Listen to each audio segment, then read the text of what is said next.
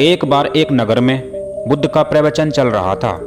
वह लोगों को समझा रहे थे, इंसान को आत्मनिर्भर होना चाहिए और हमें कभी किसी के सहारे नहीं रहना चाहिए। बुरे समय में अपने सगे संबंधी भी साथ छोड़ देते हैं। इसी बीच एक आदमी खड़ा होता है और बुद्ध को भला बुरा कहने लगता है। वह कहता है, बुद्ध आप हमें झूठी बातें बता रहे हैं। मेरे 4 पुत्र हैं।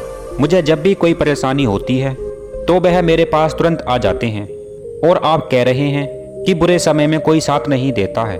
बुद्ध आप एक ढोंगी इंसान हो, आप हमें यहाँ ठगने के लिए आए हो। वह आदमी बुद्ध को भला बुरा कहकर अपने घर चला गया। उसके घर में एक अमरूद का पेड़ था जिस पर अमरूद लग रहे थे। एक दिन वह पेड़ पर चढ़कर अमरूद तोड़ रहा था। अचानक उसका पैर फिसला और वह नीचे गिर गया।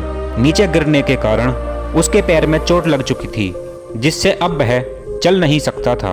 अब वह पूरा दिन खाट पर पड़ा रहता था।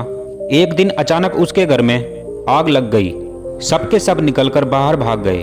उस आदमी को किसी ने नहीं निकाला। तभी एक पड़ोसी आया और उस आदमी को बाहर निकाल कर ले गया। लेकिन अब तक तो यह आदमी आग में झुलस चुका था। बस उसकी जान बच गई। अब वह आदमी सोचने लगा, मेरे 4 बेटे होने के बाद भी मुझे सब छोड़कर भाग गए।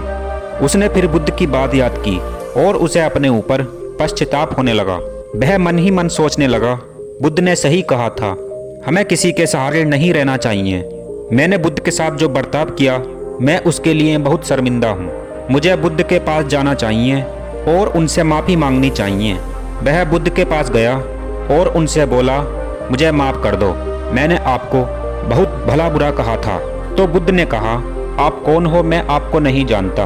वह आदमी बोला, मैंने आपको इतना भला बुरा कहा था और आपको कुछ भी याद नहीं है। सच में आप महान हो। अब वह आदमी बुद्ध के पास रहने लगा और उनसे शिक्षा ग्रहण करने लगा।